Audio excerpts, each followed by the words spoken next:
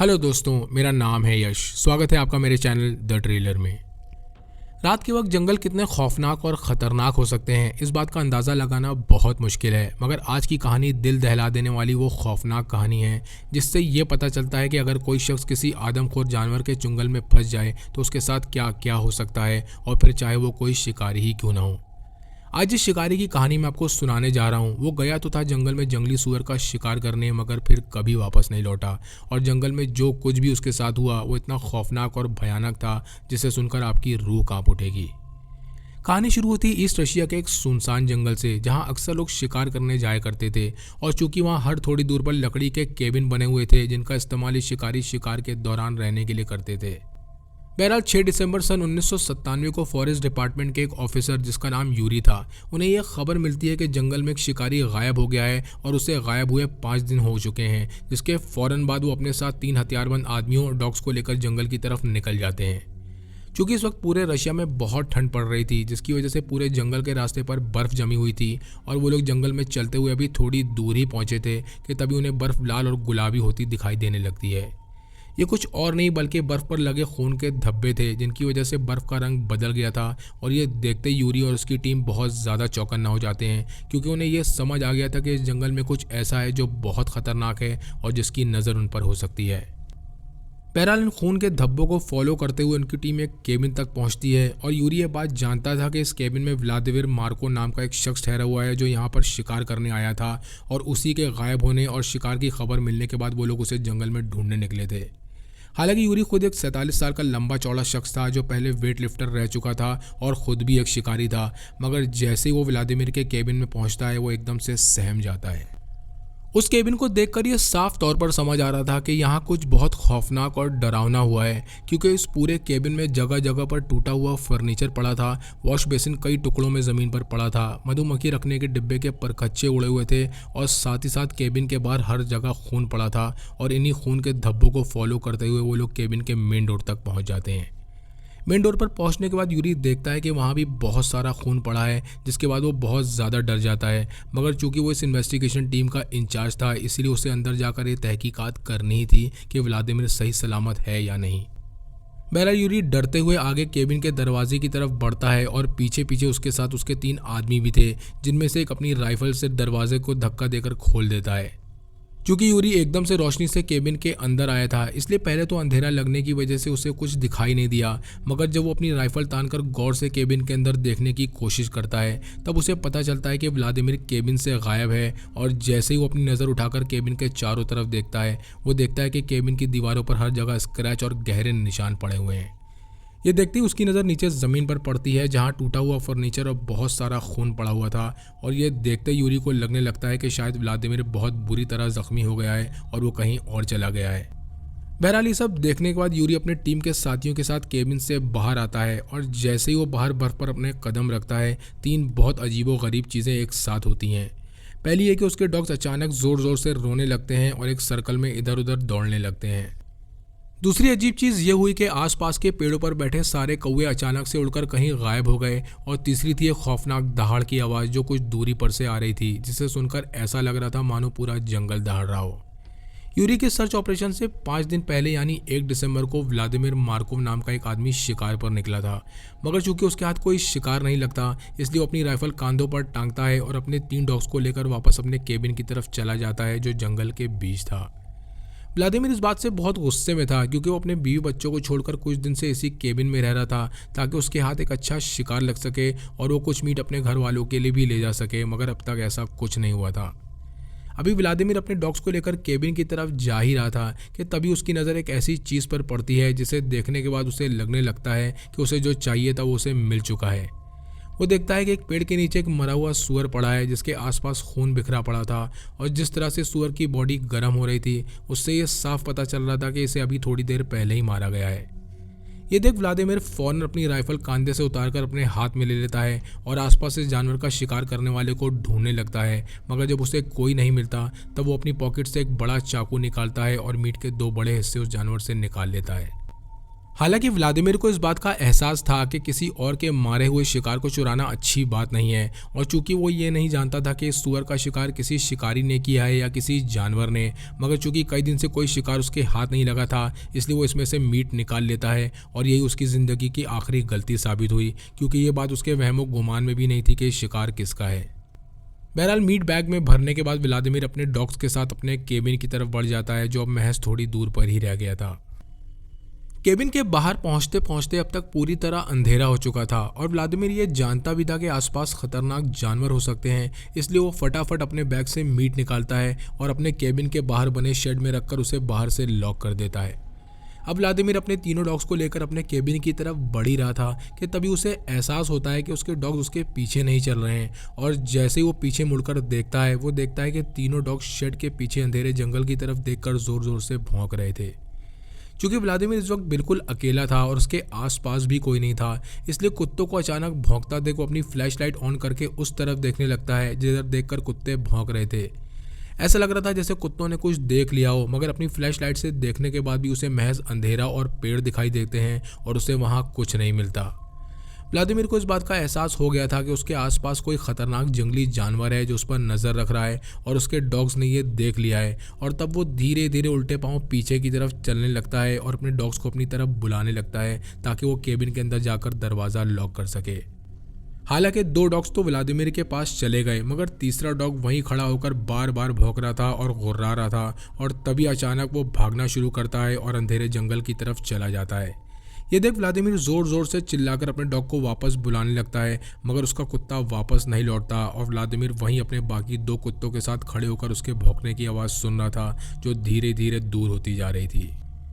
अचानक व्लादिमीर को उस भागे हुए कुत्ते की जोर जोर से रोने की आवाज़ आने लगती है, और तभी पूरा जंगल एक बहुत तेज़ दहाड़ की आवाज़ से गूंज उठता है।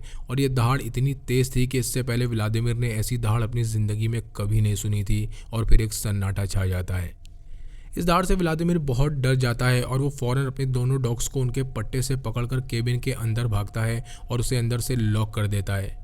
क्योंकि व्लादिमीर अपने तीनों डॉग से बहुत ज़्यादा प्यार करता था और वो बाहर जाकर अपने तीसरे कुत्ते को बचाना भी चाहता था, मगर ये दहाड़ की आवाज़ इतनी तेज़ और खौफनाक थी कि उसे लगने लगता है कि अगर वो बाहर गया तो जो भी जानवर बाहर है वो उसे मार डालेगा, और इसीलिए वो फैसला करता है कि वो अपने केबिन के अंदर अपने दोनों डॉग्स के साथ रहेगा, और ये उम्मीद करने लगता है कि उसका कुत्ता सही सलामत हो। बहरहाल व्लादिमीर को केबिन में गए अभी कुछ ही देर हुई थी कि उसे बाहर से लकड़ियों के टूटने और साथ ही साथ कुछ अजीब आवाज़ें आने लगती हैं। चूंकि इस केबिन में कोई भी खिड़की नहीं थी जिससे व्लादिमीर ये देख सके कि बाहर क्या हो रहा है, मगर उसने केबिन की चारों दीवारों में एक एक होल कर रहा था जिससे वो बाहर देख सके। और जैसे वो ये आवाज़ सुनता है वो फ़ौरन दौड़कर होल की तरफ भागता है और केबिन के बाहर देखने लगता है, मगर इसके बाद जो नज़ारा उसने देखा उसे देख उसके होश उड़ गए। चूँकि बाहर बहुत ज़्यादा अंधेरा था, इसलिए उसे ये समझ नहीं आ रहा था कि आखिर ये आवाज़ आ कहाँ से रही है, मगर जो वो बहुत गौर से उस शेड की तरफ देखता है जहाँ उसने मीट रखा था, वो देखता है कि एक बहुत बड़ा जानवर गुस्से में उस शेड को हैवानों की तरह चीर फाड़ रहा है। वो जानवर इस शेड के टुकड़े टुकड़े कर रहा था ताकि वो शेड के अंदर घुस सके और मीट निकाल सके। और ये देख व्लादिमीर को ये समझ आ गया कि ये वही जानवर है जिसने जंगल में सुअर का शिकार किया था, और चूँकि वो उसका शिकार चुरा लाया था इसलिए जानवर दोबारा अपना शिकार लेने आया है। व्लादिमीर अब ये उम्मीद करने लगता है कि ये जानवर अपना शिकार लेकर यहाँ से चला जाएगा और उसके पीछे नहीं आएगा, मगर ये उसकी गलत फहमी साबित हुई। पूरे शेड को तहस नहस करने के बाद ये जानवर मीट निकालता है और बजाय वहाँ से वापस जाने के वो वहीं बैठ जाता है और केबिन की तरफ घूरने लगता है। व्लादिमीर ये पूरा नज़ारा दीवार के होल से देख रहा था और वो ये देखता है कि जानवर लगातार उसी की तरफ देख रहा है, और इस तरह कई घंटे निकल गए मगर वो जानवर वहाँ से 1 इंच भी नहीं हिला। बहरहाल अब आधी रात हो चुकी थी और व्लादिमीर और उसके डॉग्स को थकान की वजह से नींद भी आनी शुरू हो गई थी, और इसीलिए उन लोगों की आंख लग जाती है। 2 घंटे बाद अचानक व्लादिमीर की आंख खुलती है, और चूंकि बाहर अभी भी अंधेरा था इसलिए वो फिर से उसी होल से बाहर देखता है, मगर इस बार वो जानवर वहाँ से जा चुका था। ये देख व्लादिमीर चैन की सांस लेता है, मगर वो ये कंफर्म करना चाहता था कि ये जानवर सच में चला गया या नहीं, और इसीलिए अब वो एक एक करके चारों दीवारों के होल से बाहर देखना शुरू करता है ताकि वो सभी डायरेक्शंस में चेक कर सके। 3 होल से देखने के बाद उसे बाहर अंधेरा जंगल ही दिखाई देता है और वहाँ कोई जानवर नहीं था, मगर जब वो चौथे होल से बाहर देख रहा था कि तभी कोई चीज़ बहुत तेज़ आवाज़ के साथ उसके केबिन की दीवार से टकराती है, जिसकी वजह से वो पूरी तरह हिल जाता है। अब डर और घबराहट में वो उस होल से देखने लगता है कि आखिर ये है क्या, और तभी एक बड़ी सी आंख उस होल के पास आती है और व्लादिमीर की आंखों में झांक कर देखने लगती है। ये वही जानवर था जिसने पूरा शेड तहस नहस किया था और वो अभी भी वापस नहीं गया था। और जब ये जानवर होल से थोड़ा पीछे होकर अपना पूरा चेहरा दिखाता है तब व्लादिमीर की रूह कांप उठती है। व्लादिमीर डर और खौफ में लगातार इस होल से देख रहा था, और जब वो इस जानवर का चेहरा देखता है तो वो देखता है कि उसके पूरे मुंह पर खून लगा हुआ है और उसके बड़े बड़े नुकीले दांत सीधे उसी की तरफ देख रहे हैं। और ये जानवर कोई और नहीं बल्कि सर्बियन टाइगर था जिसका शिकार व्लादिमीर ने चुराया था। वो इतनी तेज़ और इतने गुस्से में दहाड़ रहा था जिससे ये साफ समझ आ रहा था कि अगर व्लादिमीर उसके हाथ लग जाए तो वो उसे मौके पर ही चीर फाड़ देगा। और तभी ये टाइगर पीछे की तरफ हटता है और हवा में छलांग लगाकर केबिन पर पंजा मारता है, जिसकी वजह से केबिन के बाहर की लकड़ी बाहर आ जाती है। और ये देखते ही व्लादिमीर अपनी राइफल निकालता है और उस होल से इस टाइगर पर फायर कर देता है। इस फायर के बाद टाइगर पीछे मुड़ता है और जंगल की तरफ भाग जाता है, मगर व्लादिमीर डर और खौफ के मारे पूरी रात जागता रहा और हर थोड़ी देर में अलग अलग होल से ये देखता रहा कि टाइगर वापस तो नहीं आया। बहरहाल कुछ घंटों बाद सुबह हो जाती है और ये टाइगर लौट कर नहीं आता, और तब व्लादिमीर को लगने लगता है कि अब वो सेफ है और वो बाहर इधर उधर जा सकता है और अपने आगे की प्लानिंग कर सकता है। अब व्लादिमीर अपने दोनों डॉग्स को लेकर केबिन के बाहर निकलता है और इधर उधर देखते हुए हवा में एक फायर करता है ताकि कोई भी खतरनाक जानवर उसके आसपास हो तो वो वहाँ से भाग जाए। और जब उसे इस बात का यकीन हो जाता है कि वो यहाँ बिल्कुल अकेला है तब वो केबिन से उतरकर बर्फ में अपने कदम रखता है। बर्फ में पैर रखते ही वो देखता है कि टाइगर के पंजों के निशान पूरी बर्फ में बने हुए थे, जिससे ये समझ आ जाता है कि एक बहुत बड़ा साइबेरियन टाइगर है जो बहुत खतरनाक और बहुत जानलेवा है। ये पंजों के निशान देख व्लादिमीर इनका पीछा करने लगता है, और जिस बात ने उसे सबसे ज़्यादा चौंकाया और डराया वो ये थी कि ये पंजों के निशान केबिन के चारों तरफ एक सर्कल में बने हुए थे। इससे साफ पता चल रहा था कि ये टाइगर पूरी रात केबिन के बाहर एक घेरा बनाकर चक्कर लगाता रहा और ये जानता था कि इस केबिन के अंदर व्लादिमीर और उसके 2 डॉग्स हैं जिनके बाहर आने का वो इंतज़ार कर रहा था। ये देख व्लादिमीर को लगने लगता है कि इस साइबेरियन टाइगर के बारे में कुछ तो अजीब है, क्योंकि साइबेरियन टाइगर इंसानों के लिए खतरनाक तो है ही, मगर वो बिना किसी वजह के इंसानों का शिकार नहीं करते। मगर इन दांतों के निशान और पिछली रात जो हुआ उसे देख ये साफ समझ आ रहा था कि ये साइबेरियन टाइगर व्लादिमीर के पीछा कर रहा था, जैसे वो किसी बात का बदला लेना चाहता हो। चूँकि व्लादिमीर बहुत डरा हुआ था और साथ ही साथ वो अपने तीसरे कुत्ते को ढूंढना चाहता था जिसके अब तक जिंदा होने के चांसेस बहुत कम थे, और इसीलिए उसे लगने लगता है कि उसे बैकअप में एक और शख्स की ज़रूरत पड़ेगी ताकि अगर दोबारा उसका सामना साइबेरियन टाइगर से हो जाए तो वो उसकी मदद कर सके। यह ख्याल दिमाग में आते ही वो फ़ौरन अपने दोनों कुत्तों के पट्टे पकड़ता है और दूसरे शिकारी के केबिन की तरफ भागता है जो यहाँ से लगभग 3 किलोमीटर दूर था। व्लादिमीर को यहाँ पहुँचने में लगभग 1 घंटे का वक्त लगा, और यहाँ पहुँचते ही वो शिकारी यानी आइवन जैसे ही केबिन का दरवाज़ा खोलता है व्लादिमीर उसे धक्का देते हुए केबिन के अंदर चला जाता है और आइवन से कहता है कि वो फ़ौरन दरवाज़ा बंद कर दे। आइवन जल्दी जल्दी दरवाज़ा बंद करते हुए व्लादिमीर से पूछता है कि आखिर हुआ क्या है, जिसके बाद व्लादिमीर उसे शुरू से लेकर आखिर तक सारी कहानी बता देता है, जिसे सुनकर आइवन के रोंगटे खड़े हो जाते हैं। पूरी बात बताने के बाद व्लादिमीर आइवन से पूछता है कि क्या वो उसके कुत्ते को ढूंढने में उसकी मदद करेगा, जिसके जवाब में आइवन साफ इनकार कर देता है और उन दोनों के बीच एक खामोशी छा जाती है। इस खामोशी के बाद आइवन व्लादिमीर से पीछे हटते हुए कहता है कि वो अब टाइगर के लिए एक निशाना बन चुका है और टाइगर की नज़र हर वक्त उस पर है। वो व्लादिमीर से ये भी कहता है कि वो जितनी जल्दी हो सके और जितना दूर हो सके इस टाइगर से दूर चला जाए, क्योंकि जब तक वो उसे मार नहीं डालेगा वो रुकेगा नहीं, और अगर वो यहाँ से गया नहीं तो वो उसे कहीं ना कहीं से ढूंढकर मार ही डालेगा। ये सुनकर व्लादिमीर बहुत मायूस हो जाता है, और चूंकि वो आइवन को चलने के लिए फोर्स भी नहीं कर सकता था इसलिए वो आइवन के केबिन से अपने दोनों डॉग्स के साथ बाहर आ जाता है। उसे बर्फ पर चलते हुए अभी थोड़ी देर हुई थी कि तभी उन दोनों कुत्तों में से एक अचानक भौंकने लगता है। ऐसा लग रहा था जैसे उसने कुछ देख या सुन लिया हो, और वो अचानक व्लादिमीर से अपना पट्टा छुड़ाकर भागने लगता है। ये सब इतनी अचानक हुआ कि व्लादिमीर को मौका ही नहीं मिला अपने कुत्ते को पकड़ने का, और एक बार फिर उसका एक और कुत्ता उसकी आंखों के सामने जंगल में गायब हो गया। क्योंकि व्लादिमीर जानता था कि जंगल में साइबेरियन टाइगर है, इसलिए वो अपने कुत्ते के पीछे नहीं भागा, और इस बात से वो पूरी तरह टूट गया कि उसका कुत्ता उसके सामने ही गायब हो गया और वो उसे बचा नहीं पाया। अब व्लादिमीर एक शिकारी से दूसरे शिकारी और इसी तरह कई शिकारियों के केबिन तक गया ताकि अपने कुत्तों को बचाने के लिए वो उनसे मदद मांग सके, मगर जिसको भी उसने अपनी कहानी सुनाई हर किसी ने उसे वही वजह बताई जो आइवन ने उसे बताई थी, और साथ ही साथ ये भी कहा कि वो अपनी जान खतरे में नहीं डाल सकते।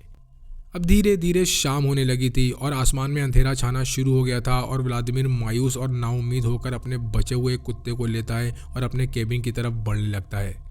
जब तक व्लादिमीर अपने केबिन तक पहुंचता है तब तक पूरी तरह अंधेरा हो चुका था और अंधेरा इतना ज़्यादा था कि वो ठीक से कुछ देख भी नहीं पा रहा था। मगर यहाँ पहुँचते उसे ये एहसास हो गया था कि कुछ बहुत अजीब और बहुत गलत हुआ है। इसी दौरान व्लादिमीर की नज़र बाहर बने वॉश बेसिन पर पड़ती है जो उसके केबिन के बाहर बना था और वो देखता है कि वॉशरूम ज़मीन पर चकनाचूर पड़ा है और साथ ही साथ मधुमक्खी रखने का डब्बा भी था जो पूरी तरह टूटा हुआ था और उस पर दांतों के निशान बने थे।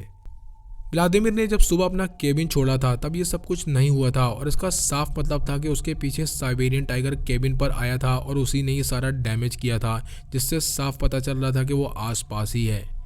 ये देख व्लादिमीर फौरन अपने आखिरी कुत्ते को लेता है और सीधे केबिन के दरवाजे की तरफ भागता है। मगर अभी वो दरवाज़ा खोल ही रहा था कि उसे अंदर से कुत्ते के रोने की आवाज़ आने लगती है। यह आवाज़ सुनते ही व्लादिमीर उसे पहचान लेता है और उसे समझ आ गया था कि वही कुत्ता है जो जंगल की तरफ भाग गया था और वो फौरन बिना किसी हिचकिचाहट के दरवाज़ा खोलकर अंदर घुस जाता है। मगर वो ये नहीं जानता था कि ये एक जाल है जो उसी के लिए ही बिछाया गया है। अंदर घुसते ही पहले तो उसे कुछ दिखाई नहीं देता, मगर तभी उसकी नज़र टूटे हुए फर्नीचर के मलबे पर पड़ती है और ये रोने की आवाज़ उसी के नीचे से आ रही थी। जिसके बाद वो जल्दी जल्दी इस मलबे को हटाना शुरू करता है और इसके नीचे उसे अपना कुत्ता मिल जाता है जो पूरी तरह जख्मी था मगर जिंदा था। ये देख व्लादिमीर की खुशी का ठिकाना नहीं था और वो जैसे ही उस कुत्ते को अपनी गोद में उठाता है पीछे से साइबेरियन टाइगर उस पर हमला कर देता है। फॉरेस्ट ऑफिसर यूरी ने अपनी इन्वेस्टिगेशन में ये बताया कि इस साइबेरियन टाइगर ने व्लादिमीर को पकड़ने के लिए बाकायदा जाल बिछाया था और इसीलिए उसने उसके कुत्ते को जख्मी करके केबिन में दोबारा रखा ताकि उसके रोने की आवाज़ सुनकर व्लादिमीर केबिन तक आए और उसका शिकार कर सके। इस हमले के 4 दिन बाद यूरी जब अपनी इन्वेस्टिगेशन टीम के साथ व्लादिमीर के केबिन तक पहुंचा तब उसने देखा कि केबिन पूरी तरह तहस नहस हो चुका था और बाहर हर जगह खून ही खून पड़ा था जो बर्फ़ में मिलकर सूख चुका था। केबिन के अंदर और बाहर चेक करने के दौरान यूरी के साथ जो कुत्ता था वो अचानक इधर उधर सर्कल में घूमने लगा और दोबारा आसपास के सारे कौवे उड़ गए क्योंकि इस बार फिर से उस साइबेरियन टाइगर ने दहाड़ मारी थी जो बहुत तेज थी। क्योंकि यूरी कोई आम शिकारी नहीं था बल्कि वो जंगल के फॉरेस्ट डिपार्टमेंट का इन्वेस्टिगेशन ऑफिसर था जिसे खास टाइगर अटैक से निपटने के लिए ट्रेन किया गया था और वो जैसे ही खौफनाक दहाड़ सुनता है वो उसी तरफ बढ़ने लगता है जहाँ से दहाड़ की आवाज़ आ रही थी। यूरी जैसे जैसे अपनी टीम के साथ आगे बढ़ता जा रहा था ये दहाड़ की आवाज़ उनसे उतनी ही दूर होती जा रही थी। मगर इसी दौरान यूरी की नज़र बर्फ़ पर पड़े कपड़े के टुकड़ों पर पड़ती है जो हर थोड़ी दूर पर इधर उधर पड़े थे। अब यूरी और उसकी टीम बजाय उस दहाड़ का पीछा करने के इन फटे हुए कपड़े के टुकड़ों का पीछा करने लगते हैं जो उन्हें जंगल के खुले एरिया में ले जाते हैं। और वहाँ पहुँचने के बाद जो नज़ारा उन लोगों ने देखा उसे देख उनके पैरों तले ज़मीन सरक गई। वो लोग देखते हैं कि ये एक छोटा सा खुला एरिया था जहाँ बर्फ़ पर 2 बड़े बड़े सर्कल्स बने थे और ये दोनों सर्कल लाल रंग के थे। यूरी अब अपनी टीम के साथ चौकन्ना होकर धीरे धीरे इन सर्कल्स की तरफ बढ़ने लगता है और जैसे ही वो सर्कल के पास पहुंचकर देखते हैं कि उसमें क्या है उन सभी के पीछे खामोशी छा जाती है।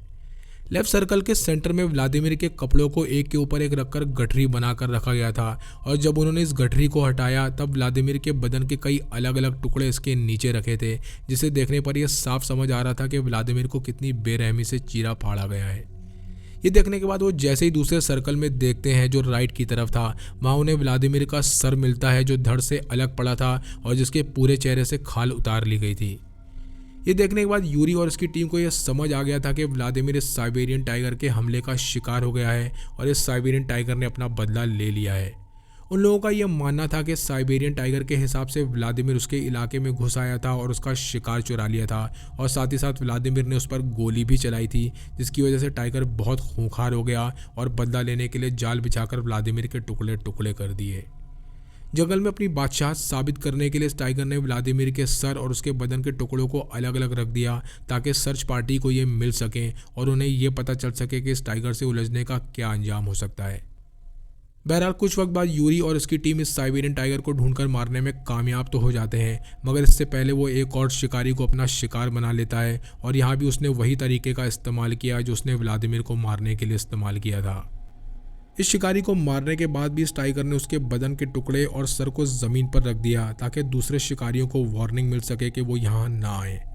इस टाइगर के मरने के बाद गांव वालों ने चैन की सांस ली, मगर साथ ही साथ यूरी से यह भी कहा कि हो सकता है कि दूसरे टाइगर ने अब उसे नज़र में रख लिया हो, क्योंकि उसने टाइगर को मारा है और अगर वो यहाँ से कहीं दूर नहीं गया तो टाइगर उसे ढूंढकर मार डालेगा।